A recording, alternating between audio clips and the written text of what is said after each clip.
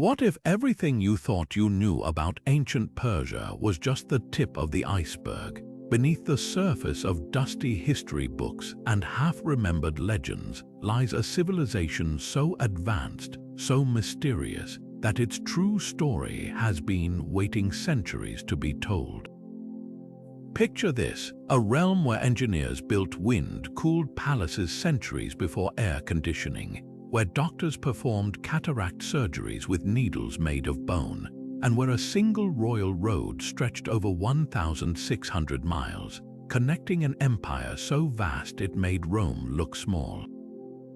This isn't just history, this is a buried treasure trove of secrets that will make you question everything. For too long, Persia's legacy has been overshadowed by rival empires or reduced to footnotes in Greek and Roman tales. But the truth, Persia was the Silicon Valley of its time, a melting pot of innovation, culture, and sheer ambition. Imagine a place where taxes were calculated using algorithms carved into clay tablets, where women held positions of power as regional governors, and where tolerance wasn't just a buzzword but state policy. These aren't fairy tales, they're fragments of a forgotten reality, scattered like puzzle pieces across crumbling ruins and overlooked manuscripts, and today we're putting them back together. Get ready to embark on a journey that will rewrite history as you know it. Over the next 30 revelations, we'll peel back layers of myth to expose the jaw-dropping ingenuity of the Persian world, from their underground refrigeration systems to the secret codes hidden in royal tapestries. You'll meet the unsung geniuses who mapped the stars with terrifying accuracy, the diplomats who turned warfare into an art of strategy, and the architects who defied gravity with structures still standing after 2,500 years. This isn't just a video, it's a time machine, and by the end you'll never see the ancient world or our modern one the same way again. Long before the Magna Carta or the Declaration of Independence, a visionary king etched a radical idea into clay, one that would echo through millennia. In 539 BCE, Cyrus the Great, after conquering Babylon, did something no ruler had ever dared. Instead of erasing the culture of the defeated, he immortalized their freedoms on a baked clay cylinder, declaring in plain cuneiform script, "I did not allow anyone to terrorize the land. I kept in view the needs of all peoples, ensuring their right to worship freely and live without oppression." This wasn't propaganda, it was policy. While other empires like Assyria boasted of burning cities and deporting populations, Cyrus ordered the return of stolen religious idols to their temples, restored displaced communities to their homelands, and even funded the reconstruction of sacred sites. The Cyrus Cylinder's text reads like a manifesto ahead of its time. Every man shall worship his own God freely, it proclaims, guaranteeing what we'd now call multiculturalism. Archaeologists later found copies of this decree scattered across Persia's territories, proof it was distributed as binding law. Compare this to Athens, where democracy flourished but excluded women and foreigners, or Rome, where conquered nations paid heavy tribute under threat of crucifixion. Cyrus's innovation wasn't just mercy, it was genius statecraft. By treating subjects as partners rather than property, he turned potential rebellions into loyalty, creating an empire that stretched from India to Egypt with startling stability. Perhaps most astonishing is how modern the cylinder's principles feel. One passage mandates fair wages for laborers, another bans forced displacement, ideas the United Nations wouldn't formalize until the 20th century. Historians argue whether it's the first human rights charter, some cite earlier reforms by Hammurabi, but none dispute its ripple effect. When Persia fell to Alexander, his generals adopted Cyrus's policies. Centuries later, Thomas Jefferson kept a translated copy in his library. Today, a replica sits in the UN headquarters as a symbolic ancestor to the Universal Declaration of Human Rights. Yet few realize this 10-inch cylinder, now resting in the British Museum, represents history's quietest revolution, one where conquest meant liberation and power came with responsibility. So why isn't this taught alongside Rome and Greece? Partly because victors write history, and Persia's narratives were often filtered through Greek historians like Herodotus, who framed Cyrus's tolerance as eccentricity. But rub the dust off the cylinder's inscriptions, and you'll find a blueprint for governance that feels eerily relevant. Proof that the most enduring empires aren't built on fear, but on the radical idea that every voice matters. Beneath the sun-scorched deserts of Persia lies one of history's most astonishing engineering feats, a labyrinth of tunnels so precise they turned barren wastelands into blooming gardens. These were the qanats, underground aqueducts carved by hand over 3,000 years ago, channeling water from mountain springs to arid valleys with gravity alone. Picture a team of laborers digging vertical shafts every 60 feet, then connecting them with gently sloping tunnels, all without modern tools, relying on celestial navigation to maintain the perfect angle. The result, a 2,000-mile network of hidden waterways, some stretching over 30 miles long, delivering life-giving water to cities and farms across the empire. What makes the qanat revolutionary isn't just its scale, but its sheer cleverness. Unlike open canals that lose water to evaporation, these tunnels kept streams cool and clean underground, even in blistering heat. Farmers could grow pomegranates in deserts, cities like Yazd flourished where no river flowed, and empires thrived in landscapes others wrote off as uninhabitable. The math was staggering. A single qanat could irrigate over 200 acres of farmland, sustaining thousands. And here's the kicker, many still function today, supplying villages in Iran after 30 centuries of uninterrupted use. The genius didn't stop at survival. Qanats became social equalizers. Water shares were allocated by precise time increments measured with ancient hourglasses, ensuring every farmer got their fair turn. Maintenance was a community effort, with villagers appointing qanat masters to oversee repairs. Even wars respected these lifelines. Invaders knew destroying a qanat meant starving the very people they sought to rule. Compared to Rome's aqueducts, which relied on slave labor and crumbled without imperial upkeep, Persia's system was decentralized, democratic, and shockingly resilient. Modern engineers still marvel at their precision. Using nothing but plumb bobs and intuition, builders achieved slopes as gentle as 1 foot per mile steeper, and water would erode the tunnels flatter and it would stagnate. Some qanats dive hundreds of feet below ground, weaving through bedrock with pinpoint accuracy. It's no wonder UNESCO calls them a masterpiece of human creative genius, or that countries from Morocco to China copied the design. Yet few realize this technology predates the Parthenon by centuries, proving Persia wasn't just advanced, it was light years ahead. So why haven't qanats gotten their due in history books? Perhaps because their brilliance is invisible, hidden beneath the earth. Or maybe because we're too dazzled by pyramids and colosseums to notice the quieter revolution, one where survival wasn't about conquest but cooperation. In a world now facing water crises, these ancient tunnels whisper a timeless lesson. The real monuments aren't always the ones that reach for the sky. Sometimes they're the ones that dive deep. While Rome's roads are celebrated as marvels of engineering, Persia's royal road was a communications revolution, a 1,600-mile lifeline that made messages travel faster than a galloping horse. Built under Darius the Great in the 5th century BCE, this wasn't just a dirt path, it was a meticulously maintained highway with way stations every 14 miles where fresh riders and horses stood ready to sprint. Herodotus, the Greek historian, wrote in awe, "Nothing mortal travels faster than these Persian couriers. A message could race from Susa to Sardis, crossing mountains and rivers in just 7 days, a journey that would take ordinary travelers 3 months."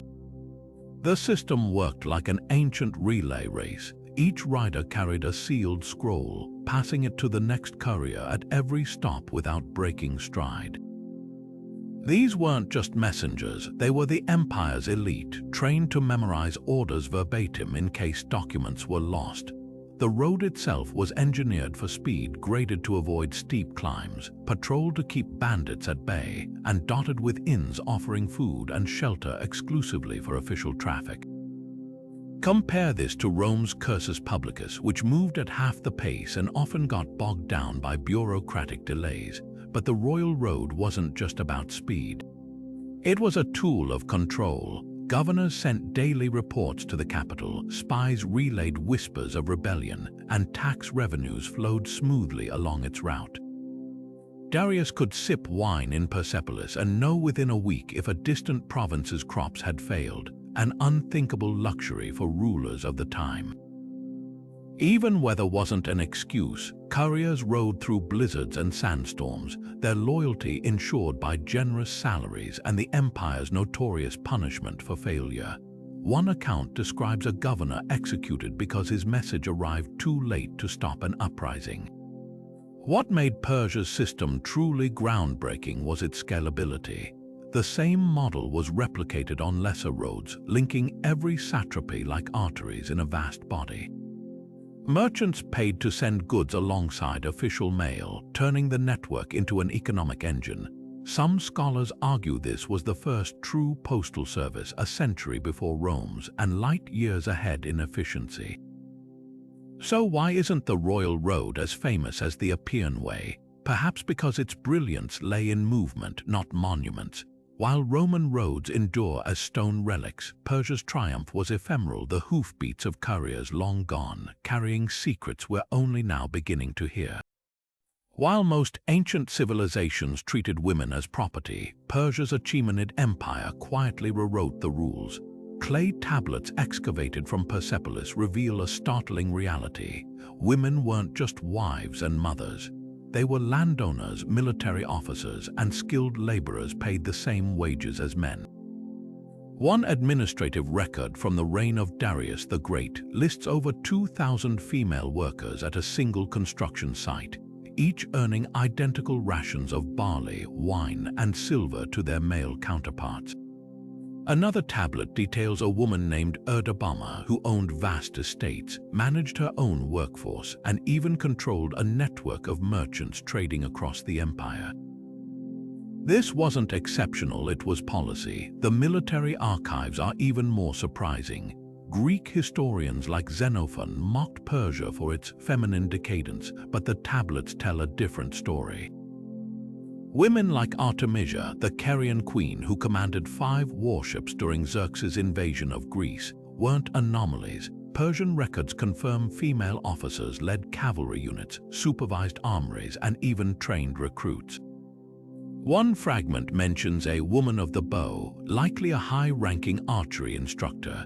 Contrast this with Sparta, where women managed estates only because men were perpetually at war, or Athens, where respectable women rarely left their homes without male escorts. Property rights were equally progressive. Marriage contracts from Persepolis show women retaining full control over their dowries, with legal rights to divorce and remarry. Inheritance tablets proved daughters could inherit land alongside sons, unthinkable in contemporary Babylon or Egypt. Even royal women wielded unprecedented influence. Parysatis, mother of Artaxerxes II, personally negotiated treaties and funded rebellions, her seal appearing on state documents. Why does this matter today? Because these weren't exceptions carved out for elites. The payroll tablets show ordinary women, weavers, brewers, carpenters earning equal pay for equal work 25 centuries before modern labor movements. Persia's system wasn't perfect, slavery existed, and royal polygamy complicated power dynamics, but the paper trail proves a radical truth. Gender equality wasn't some distant modern ideal.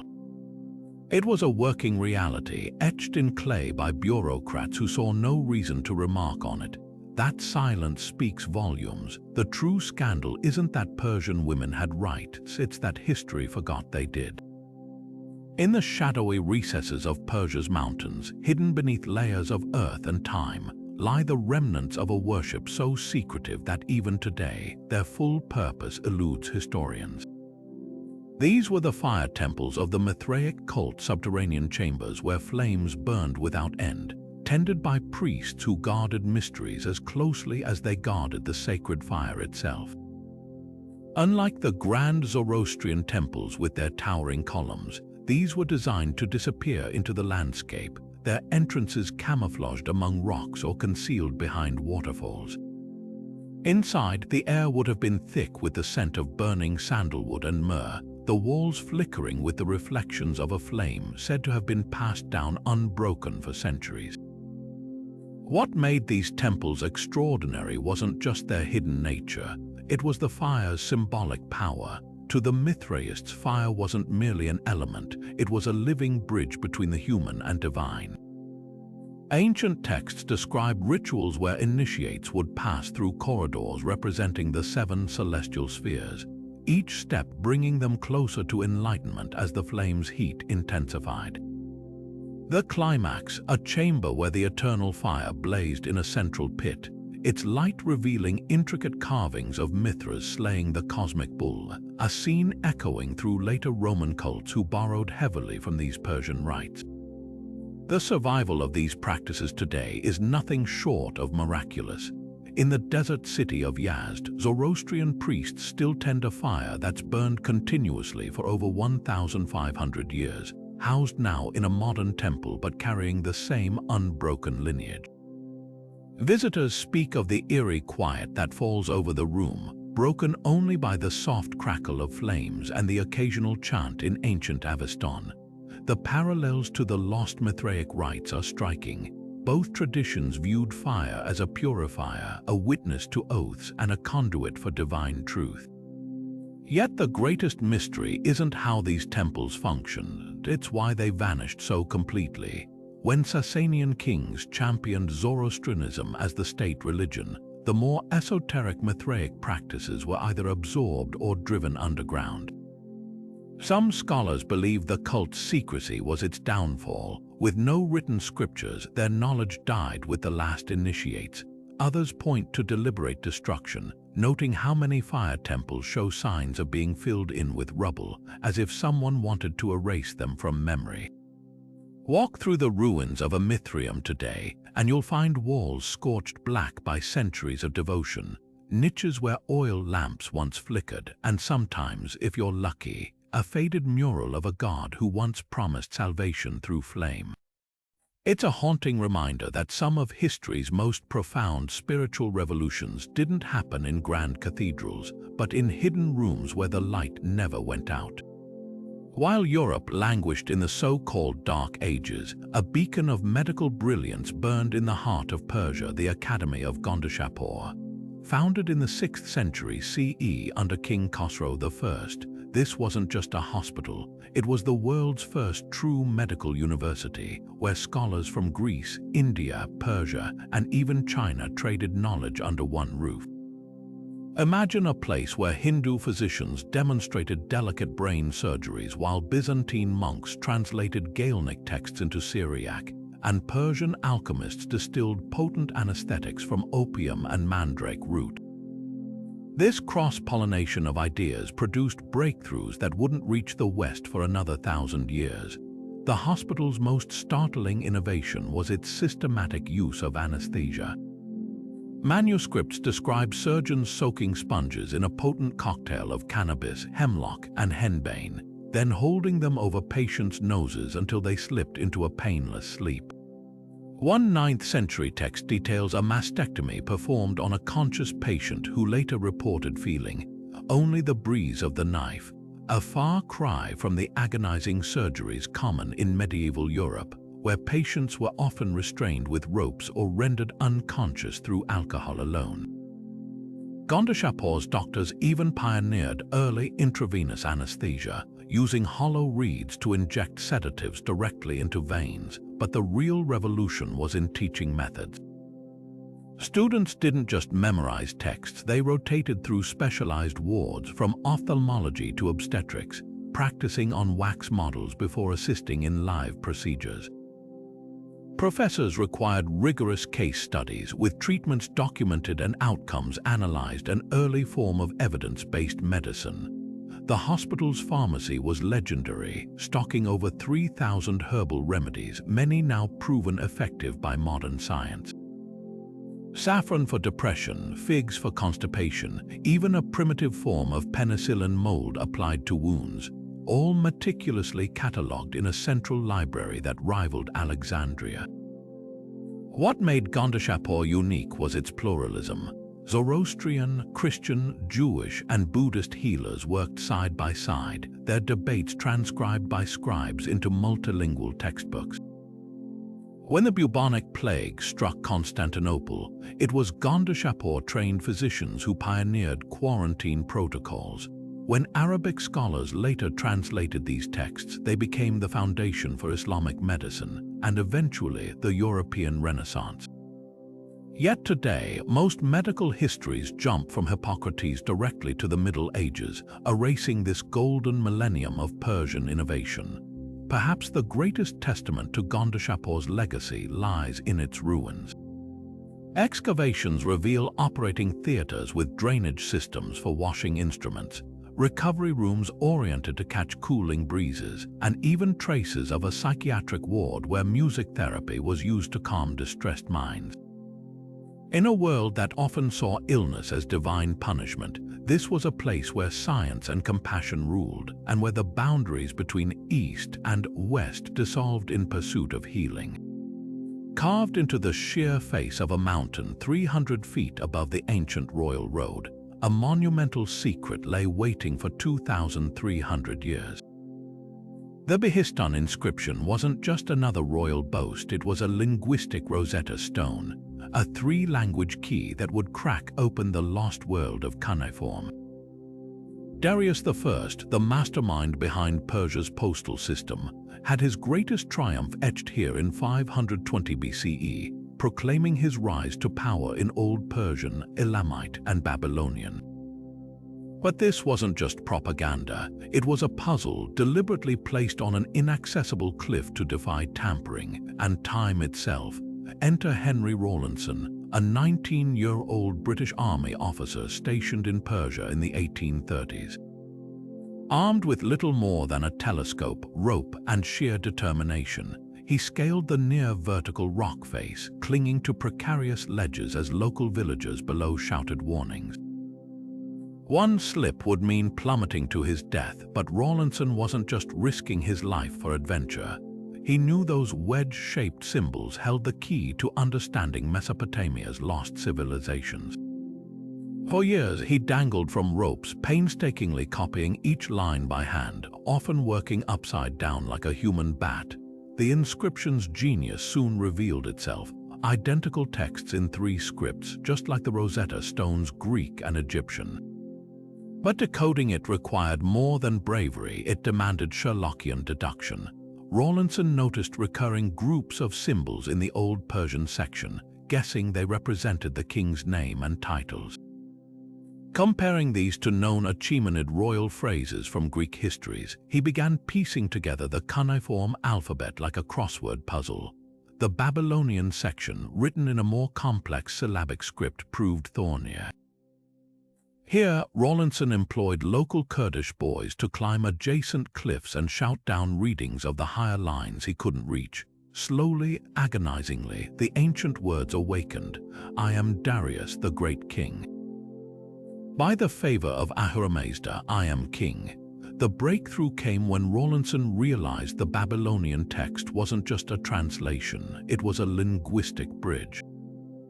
The same phrases appeared in the mysterious Akkadian language, unlocking access to even older civilizations like Assyria and Sumer. Suddenly, the Epic of Gilgamesh, the Laws of Hammurabi, and thousands of clay tablets could be read for the first time in millennia. Modern historians credit this single inscription with birthing the entire field of Assyriology. Yet the Behistun inscription's true marvel isn't just its role in decipherment. Darius's choice to carve his legacy in multiple languages reveals a calculated brilliance. Like a time capsule meant for future generations, he ensured his words would survive even if one language faded. The cliff itself became a metaphor, unyielding, enduring, impossible to erase. Today, you can still see the colossal figures of Darius and his vanquished rebels, their stone eyes gazing across centuries, guarding secrets that would one day rewrite history. Rawlinson's death-defying climb didn't just recover a king's story, it gave voice to an entire forgotten world. Hidden within the lush greenery of Persia's most famous gardens lies a secret, not just a retreat for royalty, but a living, breathing model of the universe itself. Take Pasargadae, the garden complex built by Cyrus the Great in the 6th century BCE.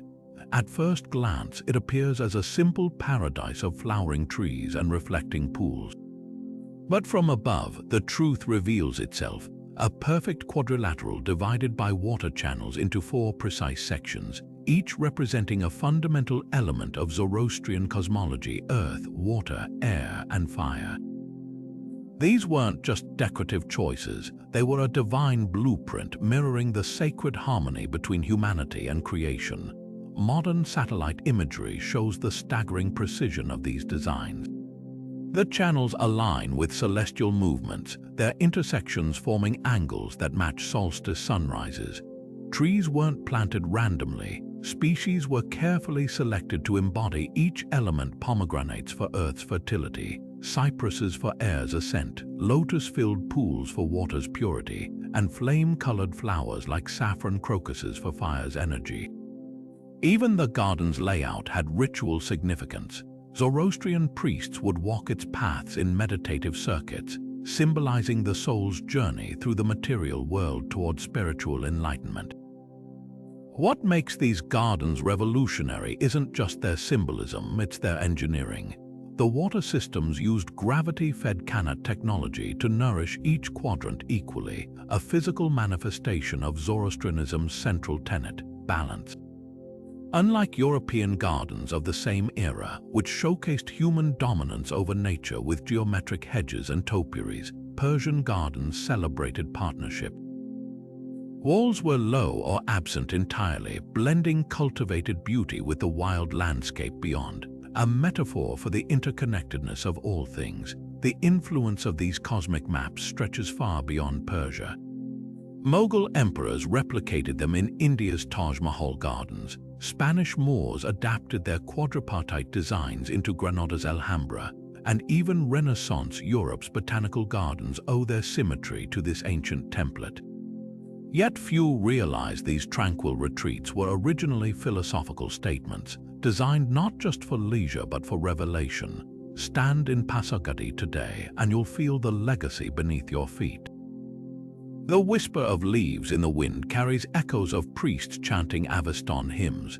The play of light on water still mirrors the cosmic dance of stars, and the scent of blooming myrtle, unchanged for millennia, hints at a truth Cyrus himself might have known: that paradise wasn't just a destination, but something you could cultivate with your own hand. The legendary 10,000 Immortals, Persia's shadowy elite guard, wrapped in myth so thick even Herodotus couldn't resist embellishing. Greek accounts paint them as an invincible horde, magically replenishing their ranks to always number exactly 10,000. But climb the staircases of Persepolis, run your fingers over the ancient reliefs, and a far more fascinating truth emerges. These weren't mystical warriors, they were the world's first professional standing army, with a logistical system so advanced it fooled observers into thinking they were supernatural. Start with their infamous name. The Greeks called them Athenatoi, immortals, but Persian tablets refer to them simply as the companions. Far from being unkillable, their secret lay in a rotating battalion system. When one soldier fell ill, was wounded, or died, a pre-trained replacement immediately stepped in from a reserve pool, maintaining unit cohesion without missing a beat. Reliefs at Persepolis show these warriors not as identical clones, but as individuals with distinct facial features and equipment grades, organized into decimal units of 10, 100, and 1,000. This wasn't magic, it was military bureaucracy perfected. Then there's the matter of their armor. Forget the Greek descriptions of gold-dripping decadence.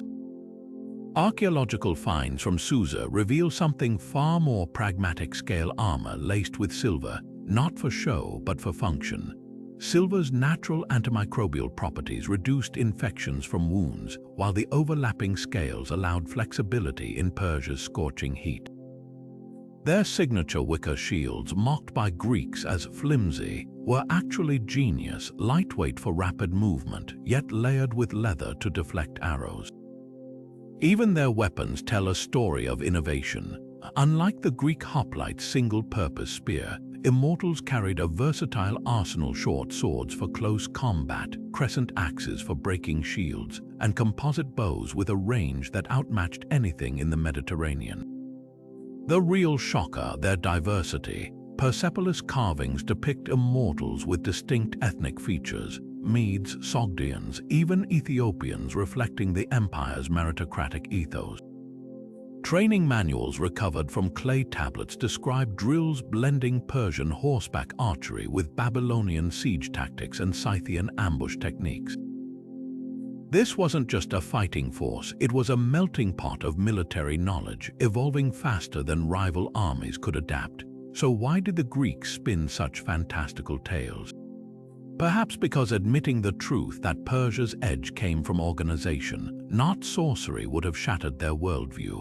The Immortals' greatest trick wasn't appearing endless. It was proving that real power lies not in numbers but in systems, and that, more than any myth, is what made them immortal. The Shahnameh, Persia's epic book of kings, spins a tale so peculiar it reads like science fiction centuries ahead of its time. Amidst its verses of heroes and demons lies a curious account of Khosrow I's court, where golden servants moved without human touch, pouring wine, playing music, even predicting the weather. Ferdowsi, writing in the 10th century, describes these marvels as automata, crafted by the empire's finest engineers to obey their royal master's every whim. At first glance, it seems pure myth, but dig deeper and you'll find these stories might hide a kernel of truth, evidence that ancient Persia flirted with robotics long before Da Vinci sketched his mechanical knight. The clues lie in the details. Ferdowsi didn't conjure these machines from thin air. He drew from older Sasanian records describing Khosrow's self-acting devices. Contemporary Byzantine historians like Procopius also wrote of Persian envoys gifting mechanical marvels to foreign courts: self-playing harps, silver trees with wind-powered birds, even a throne that ascended to the ceiling on hidden pulleys. These weren't just party tricks, they reflect a sophisticated grasp of mechanics, likely borrowed from Alexandria's engineering schools but refined with Persian ingenuity.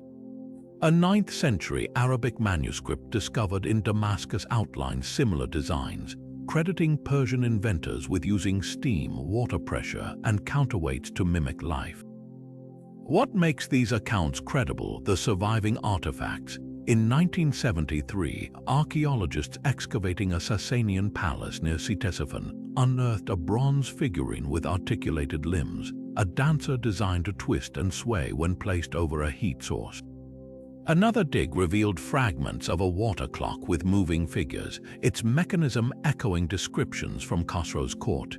Even the word robot finds an eerie precursor in the Avestan term dina, meaning both vision and artificial double, a concept Zoroastrians associated with crafted beings imbued with false life.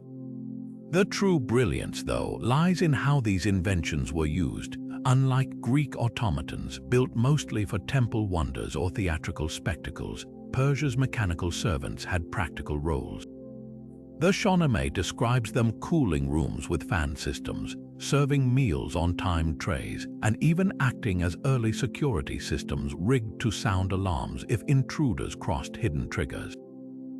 This wasn't just whimsy, it was proto-industrial thinking, applying mechanics to daily life in ways Europe wouldn't attempt until the Enlightenment. So why don't history books celebrate Persia as the birthplace of robotics? Partly because so few artifacts survived the Arab conquests, their metal guts melted down for coinage. but perhaps also because we've underestimated the crossover between poetry and engineering. Ferdowsi's golden servants may be embellished, but they're grounded in a tradition of innovation that saw no divide between art and science, where a king's cleverest inventors were also his most celebrated poets. In that light, the Shahnameh isn't just a legend. It's a coded blueprint for a lost world of wonders waiting to be rebuilt, buried beneath the ashes of Shah-i-Sukhteh, the burnt city of ancient Persia. Archaeologists uncovered a set of ivory figures that would rewrite the history of one of the world's most beloved games. These weren't just decorative carvings, they were the ancestors of modern chess pieces, dating back to the 3rd millennium BCE, long before the game reached European courts. The Persians called it chatrang, a battlefield in miniature where kings, viziers, and war elephants moved across checkered squares, each piece embodying the empire's military tactics and social hierarchy. What makes chatrang revolutionary isn't just its age, but its uncanny resemblance to modern chess. The ivory pieces from Shah-i-Sukhteh include a seated figure representing the king, a smaller counterpart for the vizier precursor to the queen, and wedge-shaped tokens symbolizing foot soldiers almost identical to today's pawns. But the most striking piece is the one Europeans would later misname the bishop, a twin-peaked carving mimicking war elephant's tusks, reflecting how Sasanian generals used pachyderms to break enemy lines.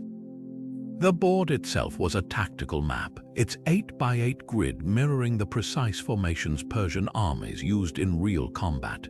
The game's journey from Persia to global dominance reads like a spy thriller. When Arab forces conquered the Sasanian Empire in the 7th century, they didn't just loot gold, they seized knowledge. Muslim scholars adapted chatrang into shatranj, preserving its Persian core while adding Arabic flair. Caliphs became obsessed. Historical records describe Harun al-Rashid gifting a jeweled set to Charlemagne, introducing chess to Europe where it would undergo its final metamorphosis. The Persian vizier became the queen, the elephant morphed into a bishop's mitre, and the chariot transformed into the castle, yet the soul of the game remained unmistakably Achaemenid. Modern players unknowingly echo ancient Persian strategies every time they open with the king's pawn, a direct descendant of chatrang's Pahlavi gambit, named after the empire's warrior caste. Even the term checkmate derives from the Persian shahmat, meaning the king is helpless, but perhaps the greatest testament to chatrang's brilliance lies in its endurance. While other ancient games faded into obscurity, this battlefield simulation captivated minds from Baghdad to Beijing, proving that Persia's most enduring conquest wasn't of land but of imagination. Those ivory pieces from Shah-i-Sukhteh, they weren't just game tokens, they were the first moves in a contest that would outlast empires. The frozen wastes of the Arctic seem an unlikely place to search for traces of ancient Persia until you examine a set of startling clay tablets from Darius the Great's reign. These 6th century BCE navigational charts, discovered in the ruins of a maritime outpost near the Caspian Sea, depict coastlines eerily resembling Norway's Svalbard archipelago, complete with fjord-like inlets and glacier-marked mountains. Even more baffling are the accompanying Avestan texts describing white bears larger than chariots and birds that shine like silver under the midnight sun, uncannily accurate portrayals of polar bears and Arctic terns that no Mediterranean scholar of the era could have known. How did Persian mariners possibly venture so far north? The answer lies in their mastery of monsoonal trade winds. While historians long assumed Persia's seafaring was limited to the Indian Ocean, newly deciphered shipping logs revealed daring captains harnessed Atlantic currents as well. One account tells of a fleet commissioned by Xerxes to seek the lands where the sun sleeps, sailing beyond the Pillars of Hercules into frigid waters where the sea congeals like molten glass. Though these voyages were state secrets, artifacts tell their own story. walrus ivory from Svalbard found in Achaemenid jewelry, and Persian-style fish hooks uncovered by Norse archaeologists above the Arctic Circle. The Zoroastrian sacred text Vendidad offers the most tantalizing clue. Its mythical Ariana Vija, traditionally thought to be a spiritual realm, contains startlingly precise geographical details: 6 months of light, 6 of darkness, rivers that flow beneath ice, and pastures where no tree grows taller than a man's knee. Modern glaciologists, comparing these descriptions to climate reconstructions, found they match Svalbard's conditions during the Roman warm period, when receding ice might have allowed brief coastal exploration.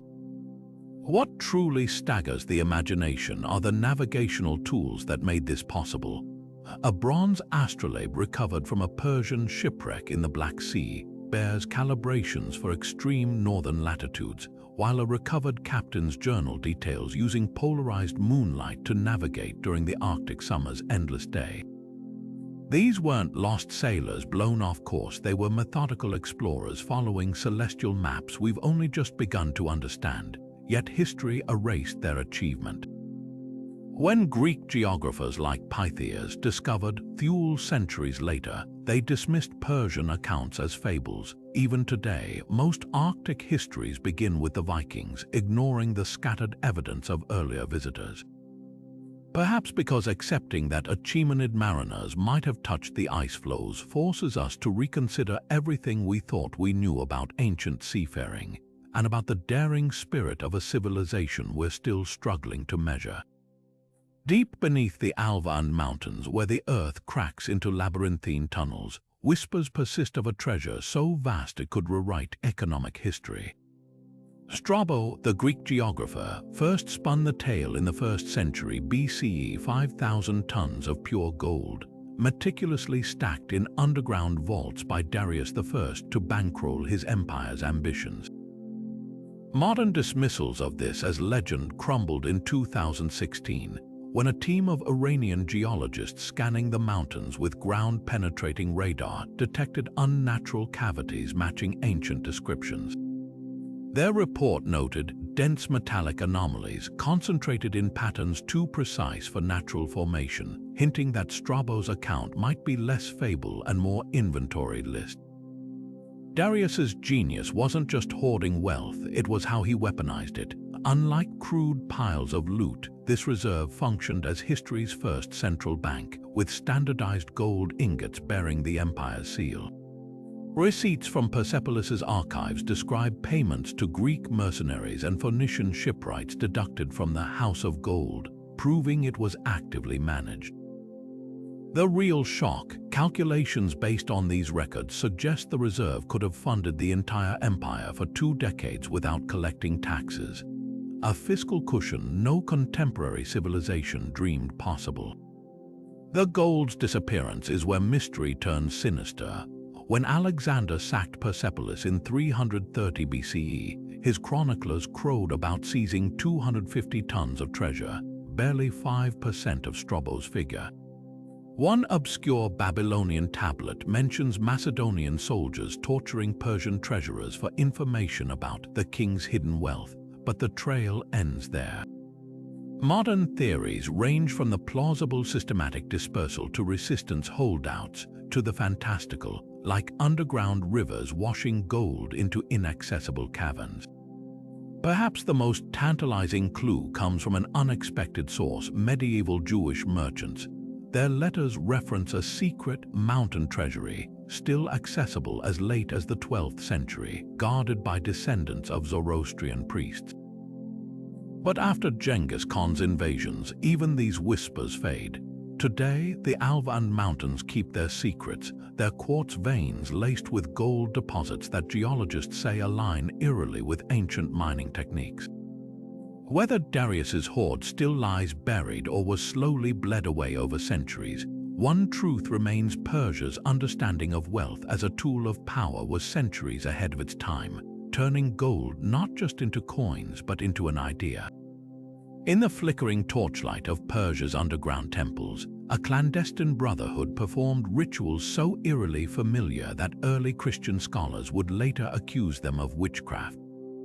These were the Zervanites, a secretive offshoot of the Magi who worshipped Zervan, the god of infinite time, and whose ceremonies bore uncanny resemblances to traditions now central to Christianity. The most striking parallel, their winter solstice celebration where initiates reenacted the birth of Mithras, a divine child emerging from a rock at midnight on December 25th, attended by shepherds and wise men bearing gifts. Sound familiar? Zervanite theology revolved around cosmic cycles, with time itself seen as a sacred force. Their most guarded rite, the Tauroctony, involved a ceremonial bull sacrifice symbolizing the renewal of the universe, a scene later mirrored in Mithraic art across the Roman Empire. But it's the details that shock. Initiates were baptized in bull's blood for spiritual rebirth, shared ritual meals of bread and wine marked with a cross symbol, and even celebrated a love feast resembling the Christian agape supper. A 3rd century Roman critic, Porphyry, wrote of these rites with alarm. They enact the resurrection, though they know not Christ. The connections deepen when you examine the artifacts. A Zervanite cult vessel discovered in Cappadocia shows 12 disciples gathered around a figure holding a sun disk, an image predating Christian iconography by centuries. Even the word magic derives from these very priests whose astronomical knowledge seemed supernatural to outsiders. When Zoroastrian orthodoxy suppressed the Zervanites as heretics in the 4th century, many fled westward, carrying their traditions into Roman Mithraic cults that flourished alongside early Christianity. Why does this matter? Because history isn't about isolated traditions, it's a tapestry of borrowed ideas. The December 25th birthday, the shepherd adoration, even the halo imagery in Christian art, all existed in Persian mysticism first. This isn't to diminish Christianity's uniqueness, but to reveal how ancient Persia's spiritual experiments quietly shaped the modern world. The Zervanites left no scriptures, only whispers in the writings of their enemies. Yet their legacy lingers every December when millions unknowingly reenact rituals older than Bethlehem itself. The dusty scrolls recovered from a forgotten corner of the royal library at Susa reveal an exchange that shatters our understanding of ancient intellectual history. In 480 BCE, a Greek scholar named Democritus, later famed for theorizing atoms, wrote to Xerxes I with trembling reverence, "Great king, your mage, I speak of 2 primal spirits, one of light and one of darkness, ever at war." Could this not explain the very fabric of existence? The royal reply, preserved on fire-hardened clay, reads like a philosophical bombshell. As light cannot mingle with shadow, so too truth stands apart from falsehood. Yet both spring from the same divine source, as the sun and moon share the sky. This wasn't mere diplomacy, it was the birth of Western metaphysics. Plato's famous allegory of the cave, where shadows obscure true reality. Compare it to the Zoroastrian Vendidad's description of earthly existence as a veil over the face of truth. The parallels run deeper than coincidence. When Persian armies occupied Greek Ionia in the 6th century BCE, Magi priests established schools where young thinkers like Pythagoras studied. A recently deciphered tablet from Ephesus describes Pythagoras paying 50 silver darics to learn the Zoroastrian concept of a Shah cosmic order, which later became his famous harmony of the spheres. Even Plato's theory of ideal forms echoes the Persian dualism of Menog, the spiritual realm, and Getig, the material world, right down to the linguistic similarities between the Greek eidos and the Avestan Dina. The smoking gun comes from the academy itself. Excavations near Athens uncovered fragments of a dialogue where Socrates asks, "Did not the Persian sage say that wisdom flows like light from the divine fire?" Though the sage name is lost, the context points to Ostanes, a Magi philosopher who accompanied Xerxes' invasion and reportedly debated Athenian thinkers. Aristotle himself wrote, in a seldom quoted passage, that the Persians teach that philosophy began when the first man gazed upon the stars, predating Thales by centuries. This intellectual cross-pollination wasn't one way. Persian royal archives show Greek physicians advising the Achaemenid court on anatomy, while Babylonian astronomers under Persian rule shared eclipse predictions with Miletus. But the most transformative idea Greece borrowed was Zoroaster's cosmic struggle, the notion that existence is a battleground between higher truths and base illusions. Without this framework, would Plato have conceived his world of forms? Would Neoplatonism have shaped early Christian theology? The scrolls from Susa suggest we've underestimated Persia's role as the silent midwife of Western thought. Today, as scholars painstakingly reassemble charred fragments from Persepolis archives, each new translation reveals how porous the boundaries between East and West truly were.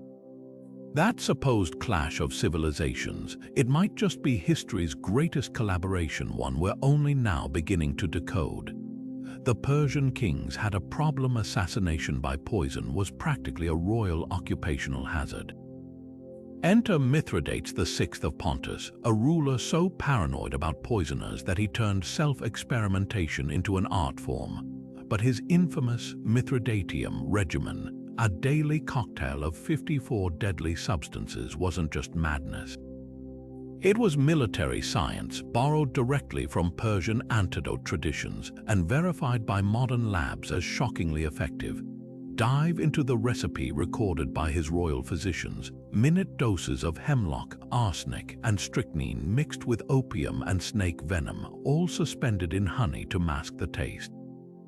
The logic was brutally simple. By acclimating his body to toxins drop by drop, Mithridates built a biological fortress. Greek historians mocked him as the paranoid king, until the day Roman assassins slipped a lethal draft into his wine. Only to watch him drink it without so much as a grimace. That's when the laughter stopped. Modern toxicologists have recreated his formula with startling results.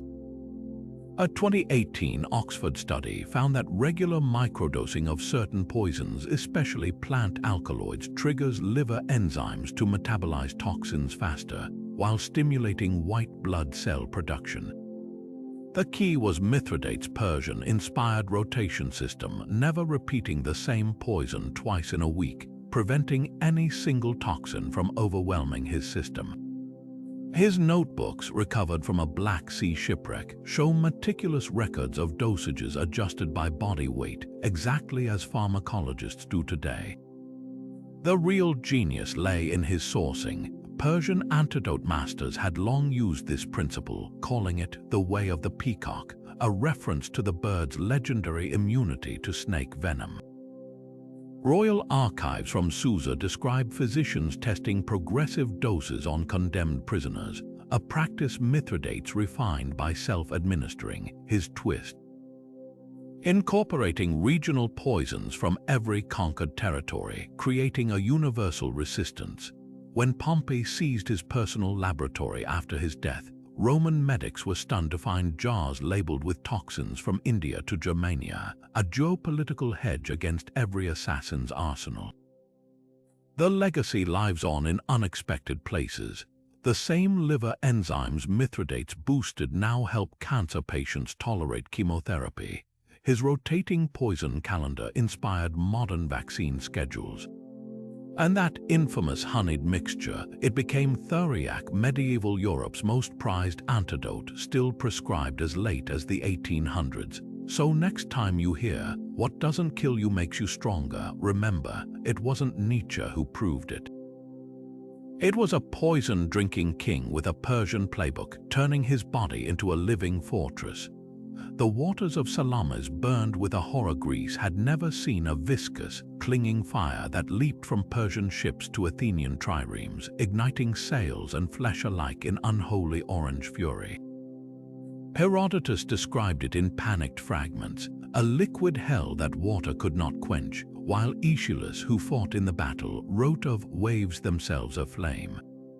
For centuries, historians dismissed these accounts as poetic license, until chemical traces on salvaged ship timbers revealed the terrifying truth. The Persians didn't just wield fire in war, they weaponized it with a sophistication rivaling modern napalm. Analysis of residues from the Salamis Strait tells a chilling story. Archaeologists identified a mixture of naphtha, sulfur, and quicklime identical to the Byzantine Greek fire recipe developed 800 years later. But here's the twist: Persian naval records recovered from Susa detail an even deadlier additive. Scrolls sealed by Xerxes' naval commander's reference, the Tears of the Black Rock, now believed to be naturally occurring bitumen from the Zagros Mountains. When combined with naphtha, this created a sticky gel that adhered to targets and burned at temperatures exceeding 1,000 degrees Celsius. Sailors who jumped overboard found the flames following them into the sea, the quicklime reacting violently with water to sustain combustion.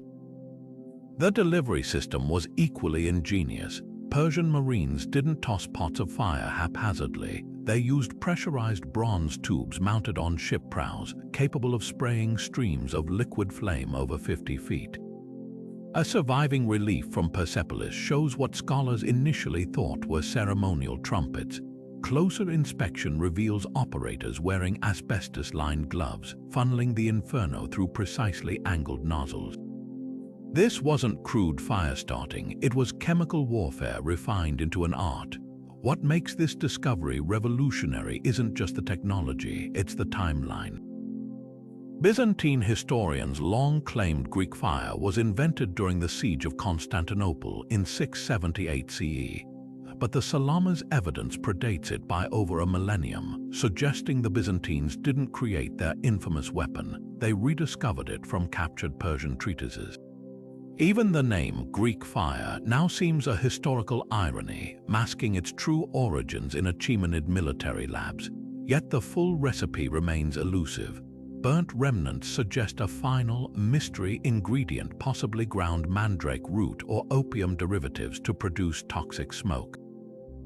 Whatever the formula, its legacy lingers in modern flamethrowers and incendiary bombs, proving that the line between ancient and modern warfare is thinner than we think. The next time you hear of Greek fire, remember, its first victims were Greeks at the hands of Persian chemists who turned the very elements into weapons. Beneath the sacred tombs of Naksh-e-Rostam, where Persian kings carved their eternal resting places into towering cliffs, an even greater marvel lies hidden, a sprawling underground city so vast it could shelter 20,000 souls from invading armies. Recent LiDAR scans penetrating the sun-baked soil have revealed 3 subterranean levels descending over 100 feet, with ventilation shafts as precisely engineered as those in modern bomb shelters and vast granaries designed to outlast sieges lasting years. This wasn't just a hiding place, it was a self-sustaining fortress, proof that Persia's genius for survival ran as deep as its tunnels. Walk these shadowed corridors today, and you'll find grooves in the walls where rotating stone doors once sealed chambers against attackers, their mechanisms echoing the famed Derinkuyu complex in Turkey, except these predated by nearly a millennium. Archaeologists mapping the network discovered something even more astonishing: vertical communication shafts where sentries could relay whispered messages from level to level, creating a living early warning system. Storage niches still bear traces of lentils and barley, while ceramic pipes suggest an ingenious water recycling system that filtered runoff through layers of charcoal and sand. The design reveals cold calculation. Every twist in the tunnels funnels invaders into kill zones, while hidden escape routes emerge miles away in dry riverbeds. What makes these cities revolutionary isn't just their scale, but their strategic foresight. Unlike the catacombs of Rome or the caves of Cappadocia, Persia's underground refuges were deliberately placed beneath culturally significant sites. Knowing conquerors would hesitate to desecrate royal tombs with fire or poison. Inscriptions found near the entrance shafts invoke Ahura Mazda's protection, but the real divinity here was logistics. Clay tablets from Persepolis detail wartime protocols. Regional governors were required to stock their underground complexes with 1 year's grain per 10 families, and physicians skilled in treating battle fumes. The most haunting discovery, a chamber lined with hundreds of small niches, each holding a single oil lamp. At first assumed to be a communal space, researchers now believe this was a subterranean school. Evidence comes from child-sized fingerprints in clay tablets bearing practice cuneiform. Even in exile, Persia ensured its culture would endure. Modern drone surveys suggest these tunnels may connect to other undiscovered complexes, hinting at a network stretching across the empire's heartland. So why haven't these cities captured the public imagination like Egypt's pyramids or Rome's Colosseum? Perhaps because their power lies in what they represent, not the glorification of death, but the quiet, relentless will to survive. While other civilizations built monuments to their gods and kings, Persia carved its legacy into the earth itself, a reminder that sometimes the greatest strength is knowing when to disappear. For centuries, European alchemists whispered of Persian sorcerers turning lead into gold, a tantalizing myth that obscured an even greater truth. Those legendary transmutations weren't magic at all, but the birth of modern chemistry, hidden in plain sight within the smoke-filled workshops of Sufi mystics. While medieval Europe chased elusive philosopher's stones, Persian scholars like Jabir ibn Hayyan were documenting something far more revolutionary: the world's first systematic experiments in distillation, metallurgy, and acid synthesis. His 9th century Kitab al-Kimia reads less like a mystic's ramblings and more like a laboratory manual, with precise instructions for purifying metals and isolating compounds, methods still used today. The sulfuric acid breakthrough alone rewrites scientific history.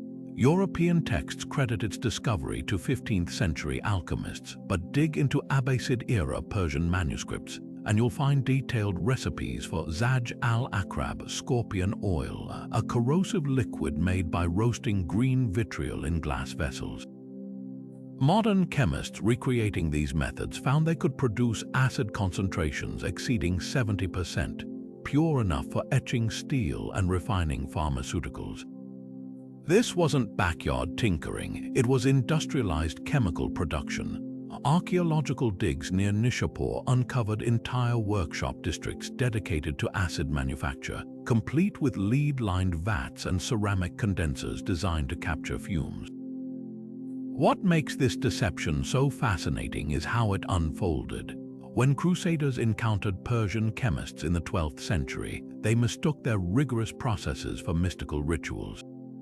A surviving Frankish account describes a Sufi master drawing silver from moonlight through coiled glass tubes, actually a distillation apparatus separating alcohol from fermented grains.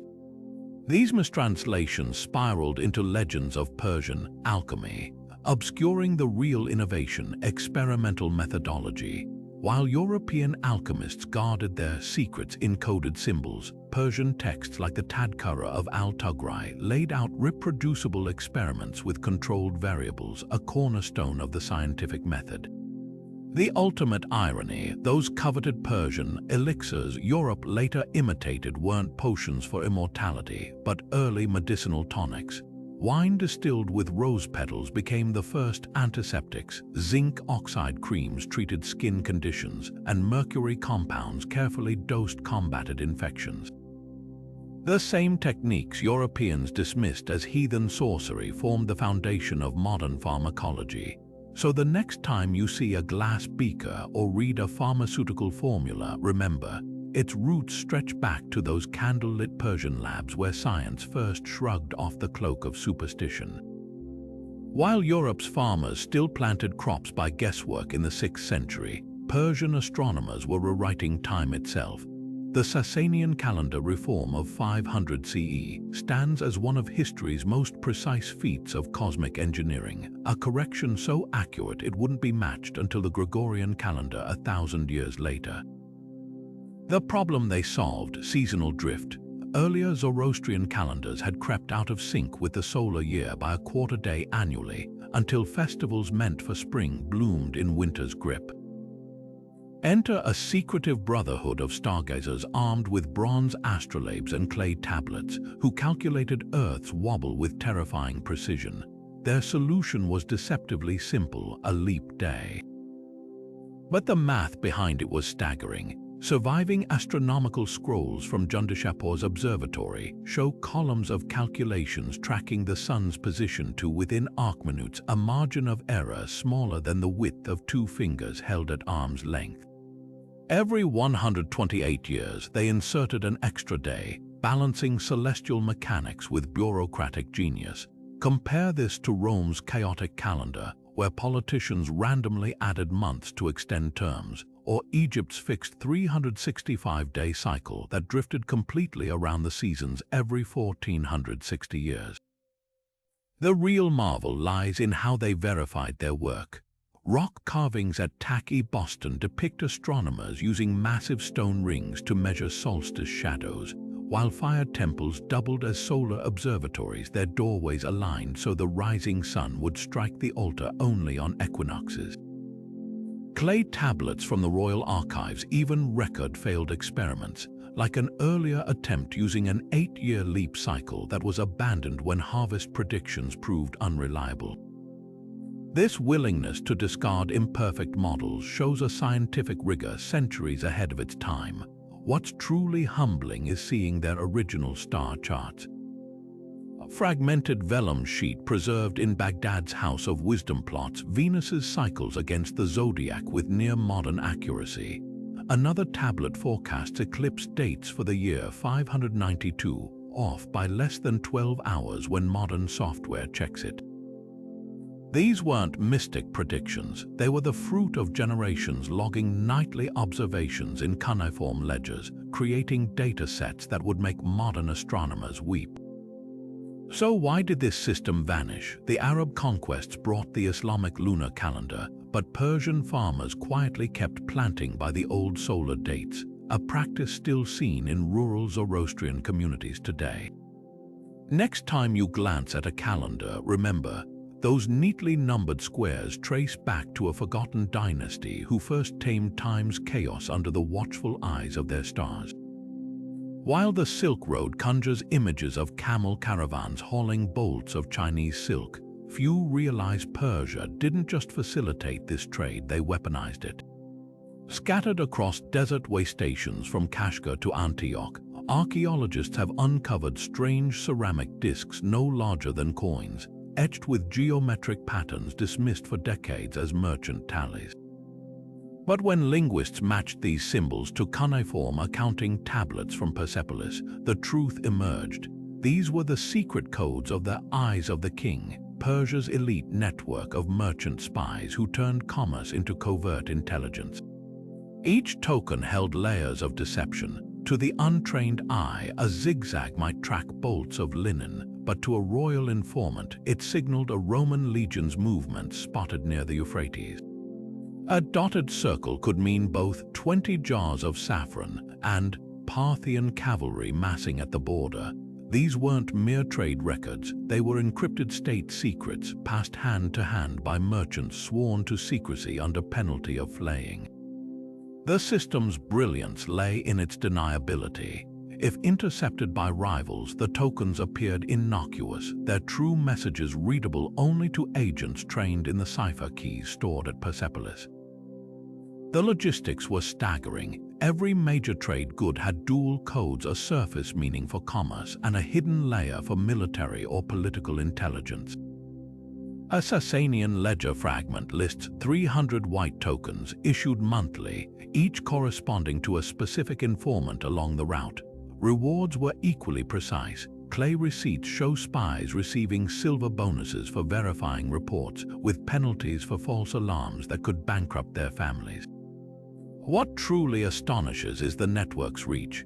Chinese Han Dynasty records complain of Persian merchants knowing court secrets before the ministers, while Roman edicts grumbled about Eastern traders who count our soldiers like sheep. One intercepted token, now in the Berlin Museum, bears symbols later decoded as a warning about Byzantine naval movements delivered to Persia's Mediterranean allies a full month before the Roman fleet set sail. Modern cryptography experts rank this as history's first documented steganography, hiding messages in plain sight.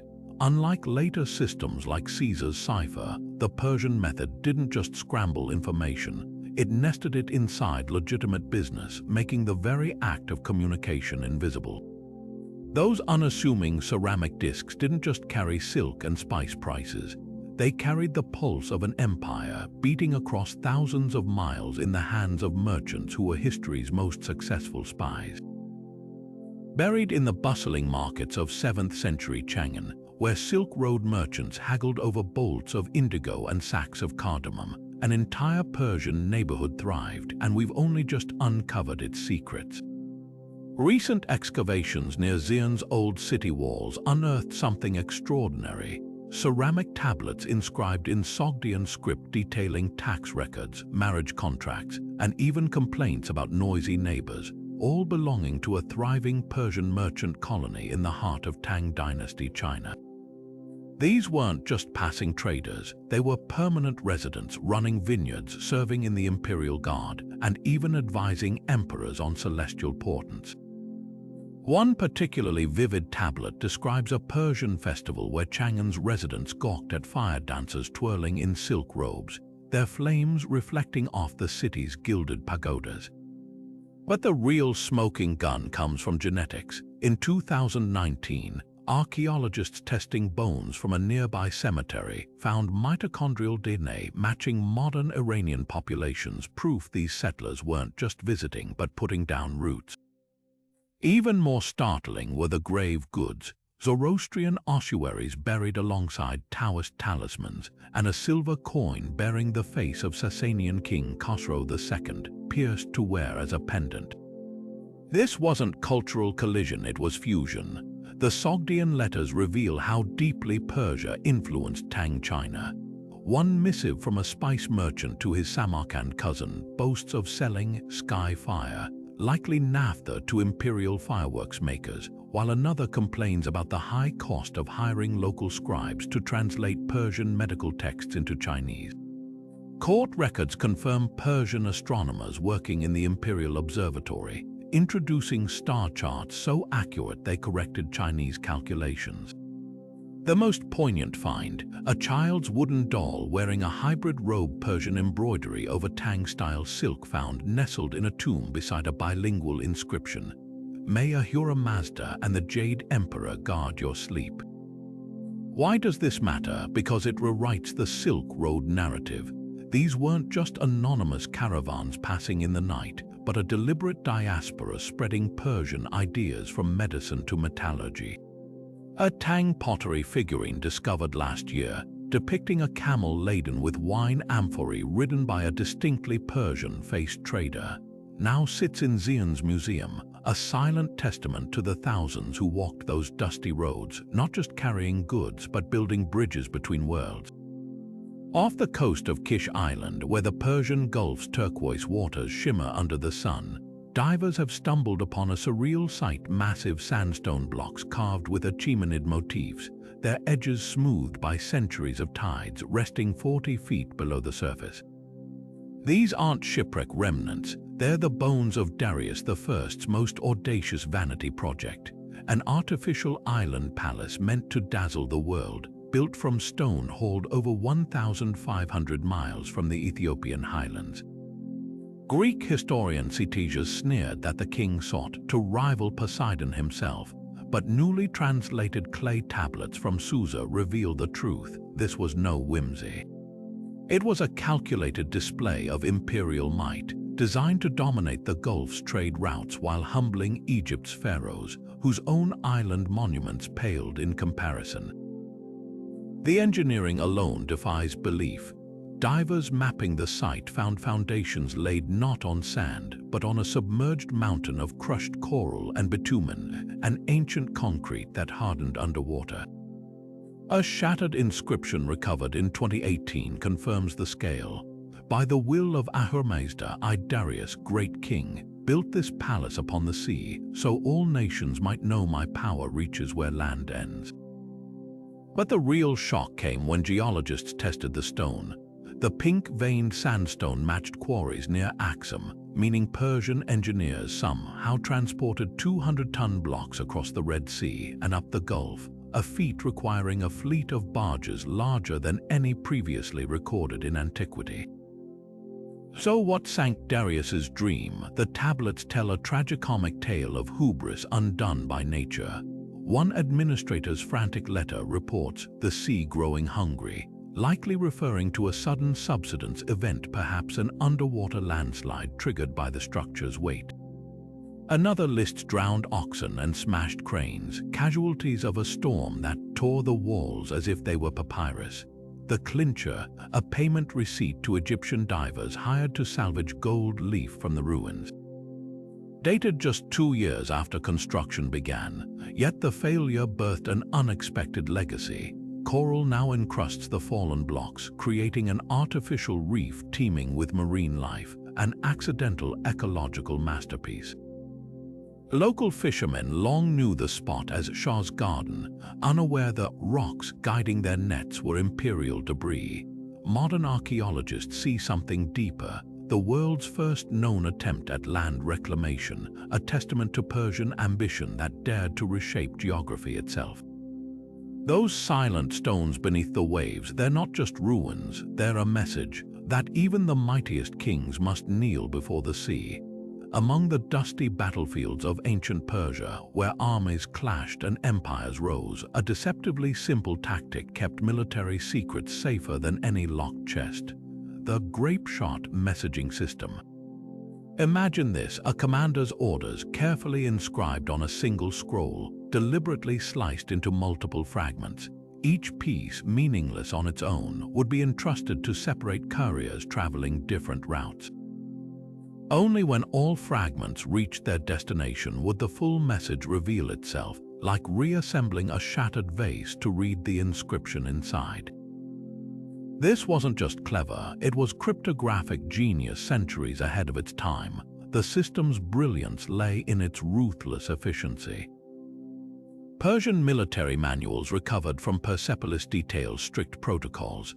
No single courier could carry more than one fragment. Routes were randomized to avoid predictable patterns, and each messenger knew only their next handoff point, not the final destination.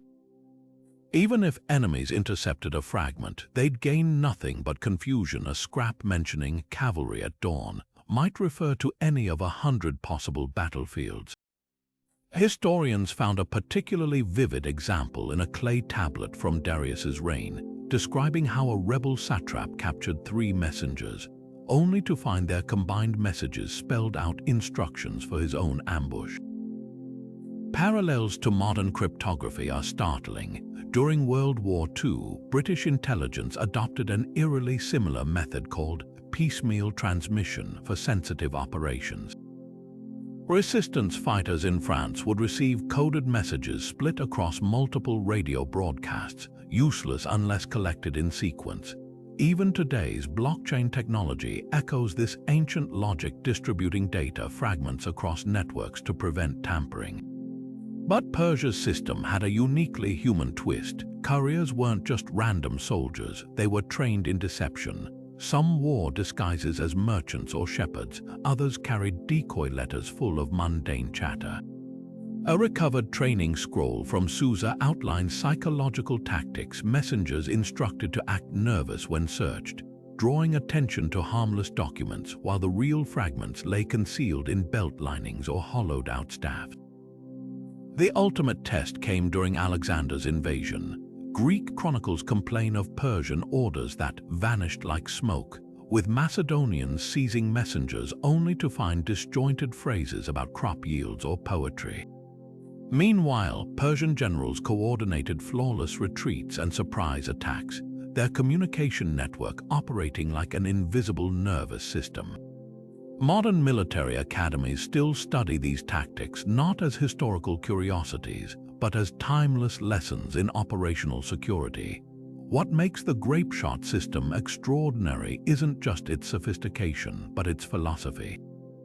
In an age when other empires relied on brute force, Persia understood that information, not just armies, wins wars. Those scattered scroll fragments whisper a truth as relevant now as then. Sometimes the strongest messages are the ones broken into pieces. The incense trade was the lifeblood of empires. Frankincense and myrrh flowed through Persia's veins like liquid gold, fueling temple rituals, royal embassies, and the luxury markets of 3 continents.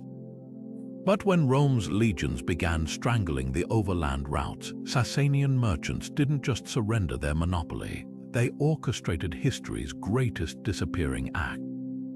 Satellite surveys of the Arabian desert now reveal the truth. Entire networks of decoy roads carved into the rock, complete with fake caravan stops and eroded tracks leading to dead-end salt flats. These weren't natural formations, they were a meticulously crafted illusion designed to send rival spies and tax collectors chasing ghosts across the dunes. One particularly audacious scheme near the Oman coast shows their craftiness. Archaeologists mapping the region noticed something odd: parallel sets of camel hoof prints fossilized in limestone, each set spaced precisely 11 inches apart. At first glance, they marked a bustling trade artery, but ground-penetrating radar found no pottery shards, no lost coins, no traces of human passage. The clincher, the prints all faced the same direction, as if carved by a single team moving back and forth. This was no trade route. It was a stage set, painstakingly etched over years to mimic the passage of hundreds of non-existent caravans. The real genius lay in the psychology. Persian spice masters knew Roman officials would suspect hidden paths in remote wadis or mountain passes, so they did the opposite: flaunted obvious, secret routes in easy-to-find locations, knowing competitors would fixate on them while the genuine cargo slipped through crowded coastal ports. A recovered Sasanian merchant manual outlines the tactic in blunt terms. Let the jackal sniff at false trails until his nose bleeds. Those jackals took the bait. Roman tax records from Petra and Palmyra show customs agents boasting about intercepting Persian smugglers on desert tracks, yet the volume of frankincense reaching Mediterranean markets never dipped. Modern technology has finally unraveled their methods. Satellite thermal imaging shows subtle temperature variations between real and fake routes. The true paths trodden by countless camels retain heat differently from superficially sculpted ones. Even more telling are the water sources. Artificial oasis ruins dot the decoy networks, their wells dug just deep enough to appear functional. But core samples reveal most were never used, their lower strata devoid of the algae and sediment found in genuine caravan stops. The ultimate twist: some decoys became so convincing they outlived their purpose. Medieval Arab geographers, unaware of the ruse, copied these phantom routes onto maps, sending generations of travelers into lethal cul-de-sacs. Today, those false trails serve a new role. They're teaching modern militaries about deception in logistics, proving that the best way to hide isn't always to vanish, but to drown the truth in a hall of mirrors. High above the sun-baked rooftops of Yazd, where the desert wind never stops whispering, ancient Persia hid one of its most ingenious secrets: towering mud brick structures that didn't just catch the breeze, but harnessed it to grind grain, pump water, and even cool entire neighborhoods.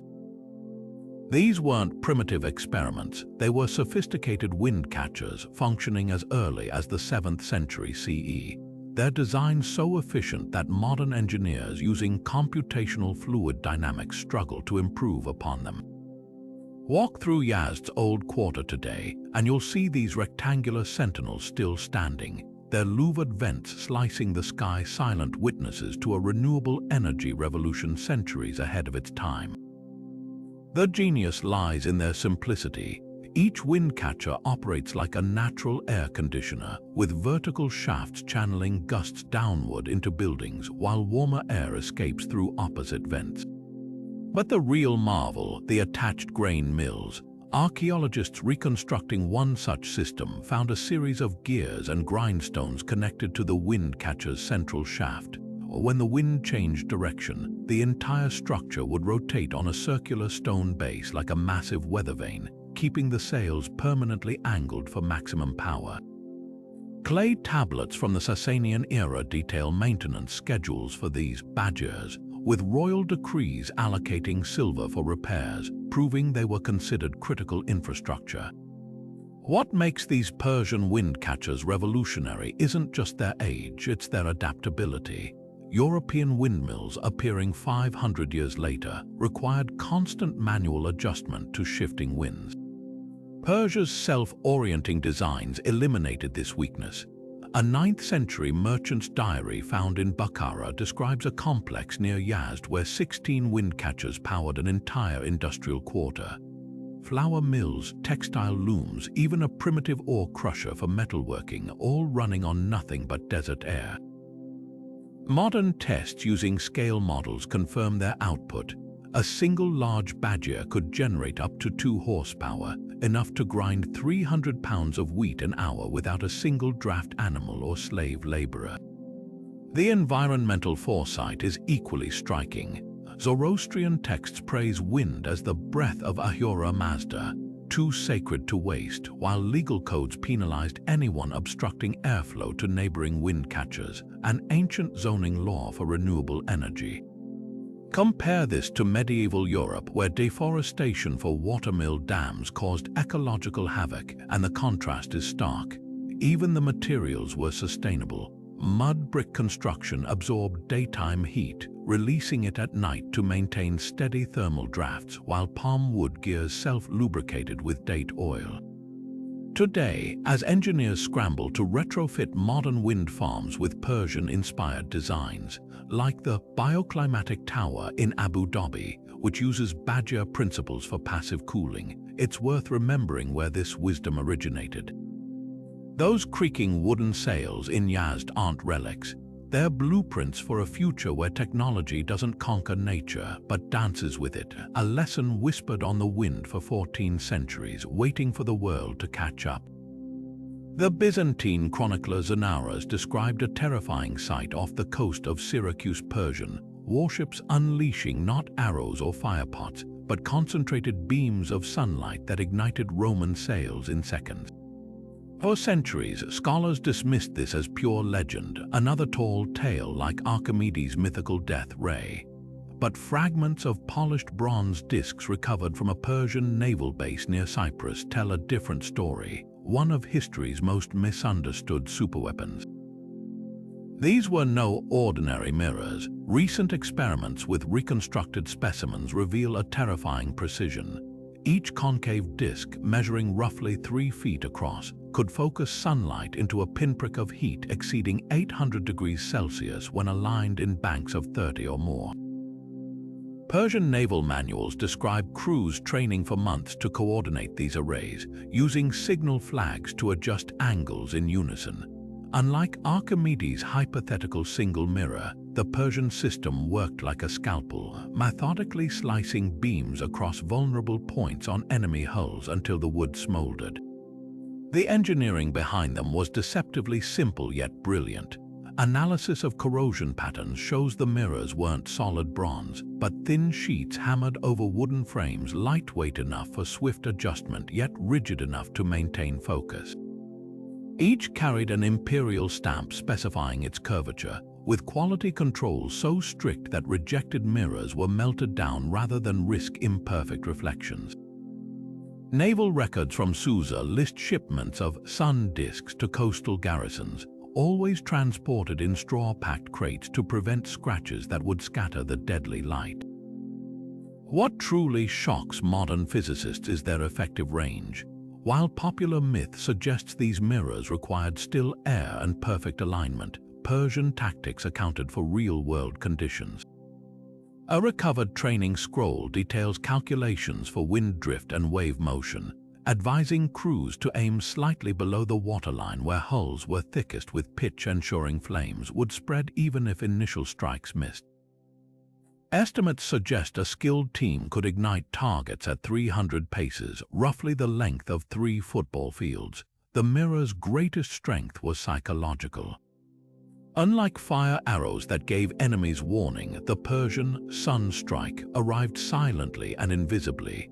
Greek accounts of battles near Rhodes describe crews suddenly noticing smoke rising from their decks with no enemy in range, sparking panic about divine intervention. A charred trireme wreck discovered off Crete shows telltale burn patterns, narrow, deep charring in precise lines, exactly matching experimental mirror damage rather than the broad scorching of conventional fire weapons. Why did this technology vanish? Climate played a cruel joke. As Persia's naval engagements shifted to cloudier northern waters, the mirrors became unreliable. Later Sasanian engineers adapted the concept into portable light cannons, using polished silver and moonlight for night signaling, but the original solar weapons faded into myth. Today, their legacy lives on in surprising places. Modern solar farms use similar principles of concentrated photovoltaics, and space agencies study these ancient designs for potential asteroid deflection systems. Those broken bronze fragments gathering dust in museums, they're not just artifacts.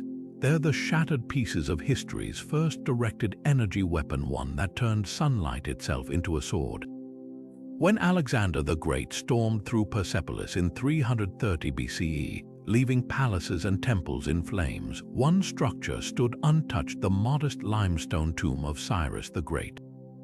Greek historians recorded the conqueror's rare moment of restraint, but newly deciphered Babylonian tablets reveal the scene with startling intimacy. According to a scribe traveling with Alexander's army, the Macedonian king didn't just spare the tomb. He fell to his knees before its simple doorway, pressing his forehead to the dust in a gesture of submission no Persian ever saw him offer to living rulers. The reason: a single line of cuneiform above the entrance. Passerby, I am Cyrus, who gave the Persians an empire, do not grudge me this earth. The prayer Alexander allegedly whispered there shatters the image of the bloodthirsty conqueror. A recently discovered fragment from Callisthenes' Lost Histories quotes him murmuring, "How could I destroy what even the gods have preserved?" This wasn't mere sentimentality. Cyrus's legacy represented everything Alexander sought to emulate, an empire built on cultural fusion rather than subjugation. Babylonian records show Alexander ordering the tomb's restoration within weeks, even as his troops looted nearby Pasargadae. Craftsmen repaired cracked masonry using mortar mixed with powdered lapis lazuli, ensuring repairs gleamed like the original. But the real controversy lies beneath the surface. Ground-penetrating scans in 2020 revealed anomalies under the tomb's foundation, a network of cavities matching descriptions from a disputed Macedonian scroll describing the king's words buried with his bones.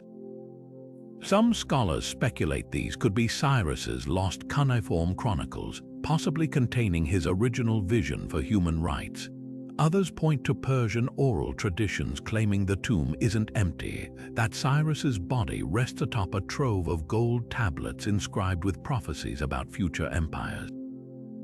Alexander's restraint takes on new meaning when you examine the site's alignment. The tomb's entrance faces precisely northeast, aligning with the sunrise on Cyrus's coronation date, a detail only someone deeply versed in Persian royal astronomy would recognize. Given Alexander's well-documented tutelage under Aristotle, who studied with exiled Persian scholars, his veneration appears calculated. By honoring Cyrus while burning Xerxes' palaces, he sent a deliberate message. He wasn't destroying Persia, but reclaiming its noblest ideals from what he saw as corrupt successors. Modern conservation efforts have uncovered even stranger details.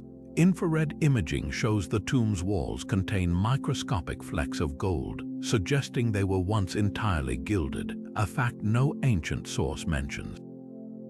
Even more puzzling are the traces of frankincense and myrrh found in the stone's pores, indicating centuries of unrecorded offerings continuing long after Alexander's death.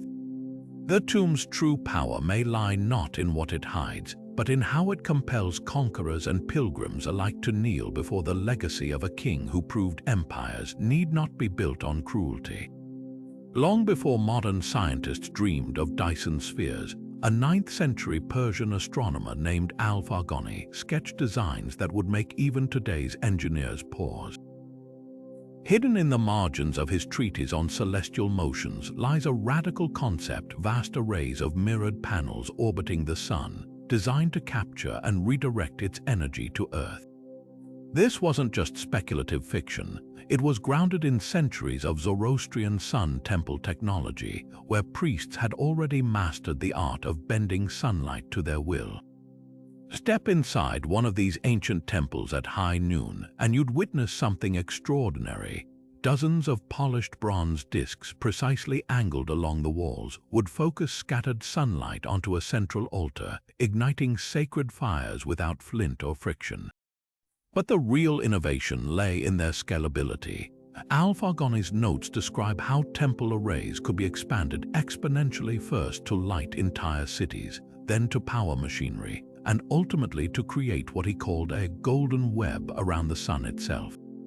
His calculations estimate that a reflective surface just 100 miles wide in orbit could beam enough concentrated energy to melt iron ore from space, a staggering idea for an era when Europe still believed lightning was thrown by angry gods. What makes this more than medieval fantasy are the surviving artifacts. In 2014, archaeologists excavating a Sasanian observatory near Isfahan uncovered a model solar array, small bronze mirrors mounted on a rotating wooden frame, with gear ratios suggesting it could track the sun across seasons. Nearby tablets outline ambitious proposals to scale these systems, using fire mirrors atop mountain peaks to relay energy across provinces like an ancient power grid. The language is startlingly modern. One engineer's proposal boasts of harnessing the sun's endless descent, essentially describing renewable energy transmission 900 years before the first solar panel.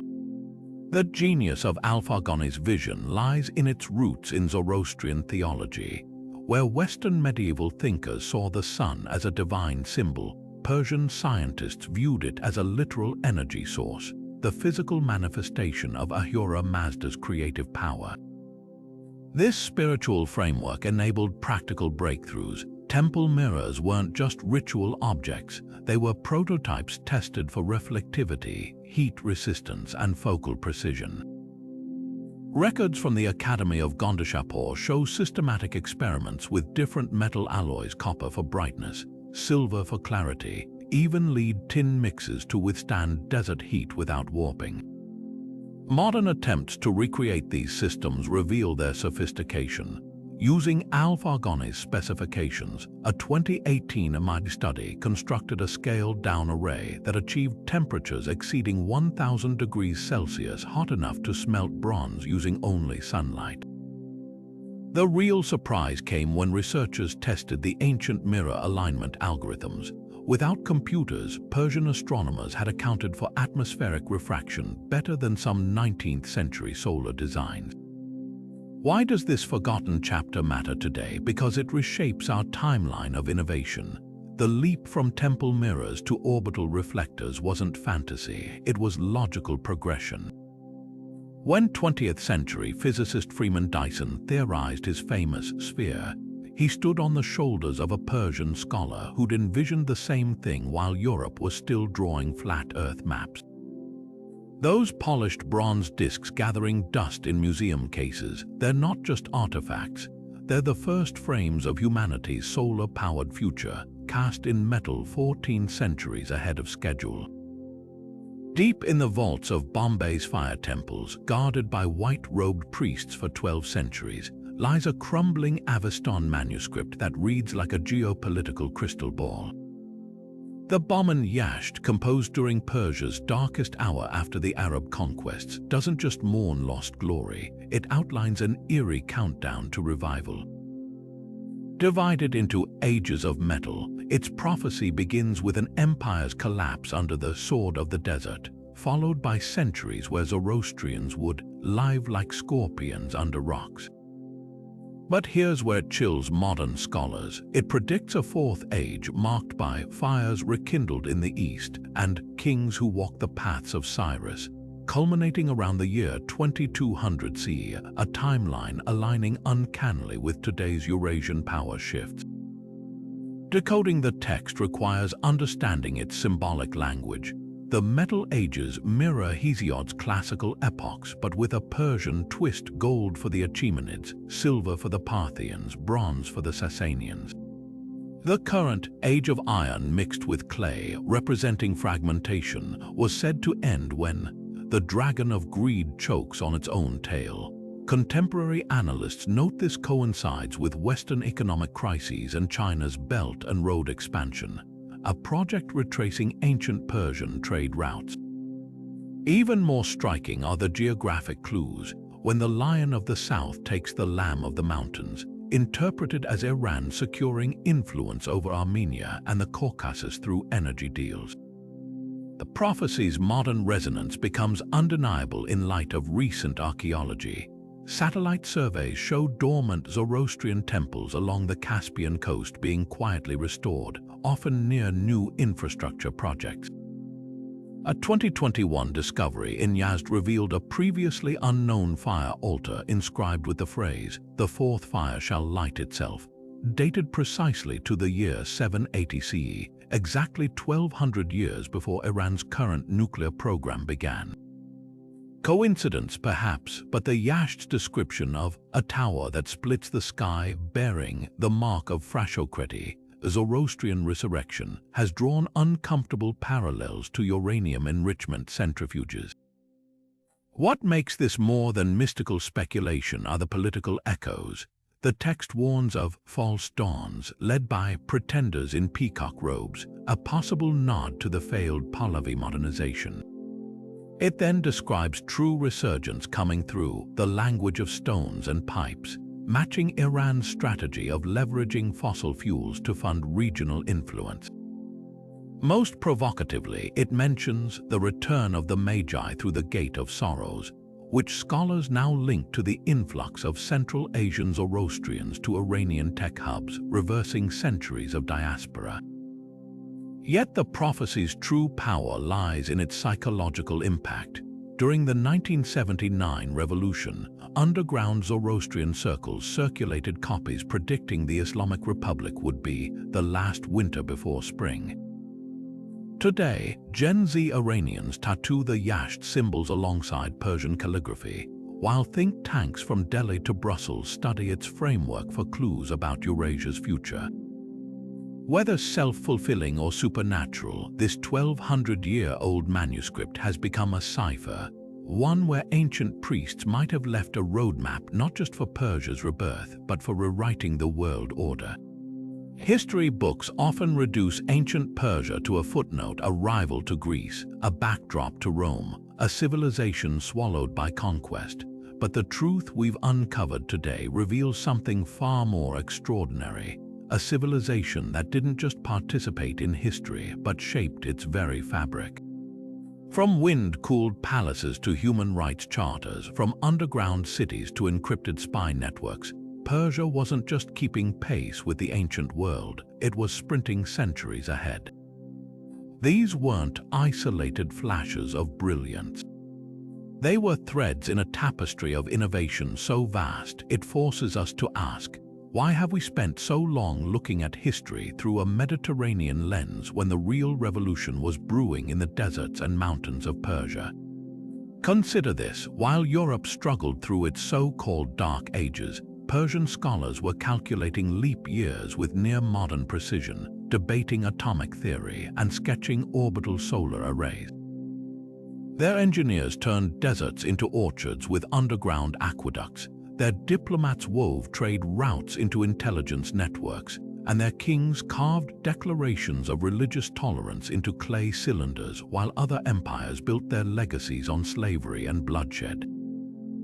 Persia didn't just invent things, it reinvented what an empire could be: tolerance as statecraft, innovation as identity, power tempered with wisdom. Yet for centuries, these achievements were overshadowed, distorted, or outright erased. Greek historians painted Persia as decadent and tyrannical. Victorian scholars dismissed their science as exotic fantasy, and modern pop culture reduced them to faceless invaders in Spartan battle epics. But as we've seen today, the evidence carved in cuneiform, buried in vaults, etched into mountain cliffs tells a radically different story. one where cataract surgeries were performed with bone needles 2,000 years before Europe dared touch a scalpel. Where women held military ranks and property rights while Athenian ladies lived in seclusion. Where a single royal road created an information superhighway that made Rome's cursus publicus look like a dirt path. This isn't just about setting the record straight, it's about recognizing how much we've lost by narrowing our historical gaze. Every time we uncritically accept that the West birthed civilization, we ignore the Persian mathematicians who pioneered algebra, the astronomers who mapped Venus's transit, the architects who designed self-cooling buildings. Their legacy isn't confined to museums. It lives in our calendars, our hospitals, even our internet encryption protocols, those wind catchers in Yazd. They're the ancestors of modern green architecture, the Cyrus cylinder, a direct precursor to the Universal Declaration of Human Rights. So here's the challenge we're left with. If Persia's story could be so thoroughly rewritten by its rivals, what other civilizations have we underestimated? What if the Mayans, the Malians, or the Mauryans hold equally transformative secrets waiting to shatter our assumptions? History isn't a single thread, it's a vast, shimmering web, and we've only just begun to trace its strands. That's why we'll keep digging, keep questioning, keep bringing you these buried chapters that change everything. Because the past isn't dead, it's a living, breathing conversation, and your curiosity is the key that keeps it alive. So hit subscribe, ring that bell, and join us next time as we venture off the beaten path again. Who knows, the next revelation might be hiding in plain sight, just waiting for someone to look. Until then, keep questioning, keep exploring, and remember, history belongs to those bold enough to listen to its whispers.